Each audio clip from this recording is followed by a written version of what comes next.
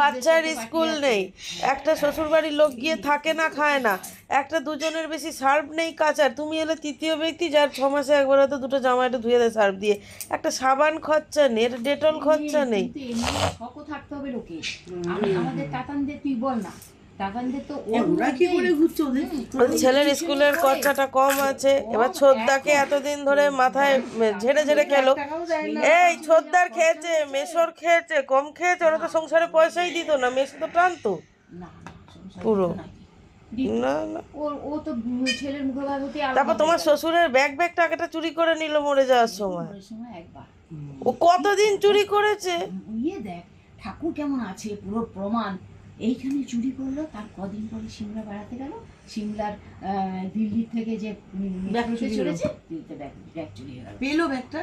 না, ও তো দিল্লিতে ব্যাগ থেকে ছিনতাই হয়ে গেছে, তো চুরি পাবে কি করে? এই কেঁদে কেঁদে ফোন করে করে আমাকে বলছে। আমি প্রায় দিন ওকে জানতে চাই, কারণ বাবার টাকাটা তো গুনে রেখেছিলাম আমি ওর সাথে দুজন মিলে। অনেক টাকা। কত টাকা তোমার চুরি হয়েছে, তখন তোমার কত টাকা নিয়েছিল ছিল